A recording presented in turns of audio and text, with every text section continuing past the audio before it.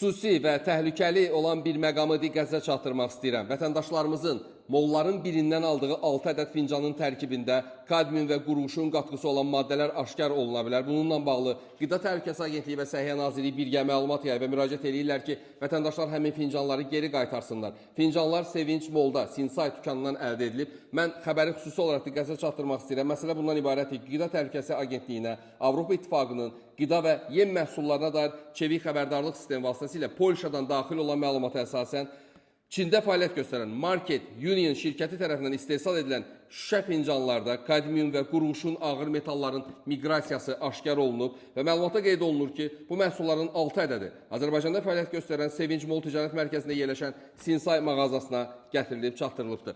Həmin fincanlar alınıb, sadəcə olaraq vətəndaşlardan xahiş olunur ki, bu fincanları Azərbaycan Respublikası Səhiyyə Nazirliyinin sanitariya karantin mərkəzinə təqdim etsinlər. Çünki həmin fincanların yoxlanması da pulsuz həyata keçiriləcək. Əgər həmin maddələr aşkar edilməsə, fincanlar geri qaytarılacaq. Ən əsas məqam bundan ibarət deyil. Əslində təhlükəli olan budur ki, həmən dükan körpə, uşaq geyimləri satır eyni zamanda. Bu fincanlara əgər uşaqlar açıb istifadə edibsə, böyüklər istifadə edibsə, həmin maddələr onlara zəhərlənmə verə bilər. İndi bu aşkar olunsun, tək ki, burada qurğuşun maddəsi olmasın. Amma təhlükə var ki, rəsmi orqanlar artıq fəaliyyətə keçiblər. Bir sual da bundan ibarətdir ki, necə olub ki, bu fincanlar ölkəyə yoxlanılmadan keçirilib? Əgər bugün həyata keçirilən bütün tədbirlərdə yoxlamalar reallaşırsa, ölkəyə girən məhsullar, idxal olunan məhsullar xüsusi olaraq yoxlanılırsa, araşdırmaq lazımdır ki, necə olur ki, gömrük orqanlarından və yaxud da orada bu məsələyə məsul olan şəxslərin nəzarətindən yayınaraq bu cür tərkibində kadmium və qurğuşun metal ağırlığı olan maddələr qatılan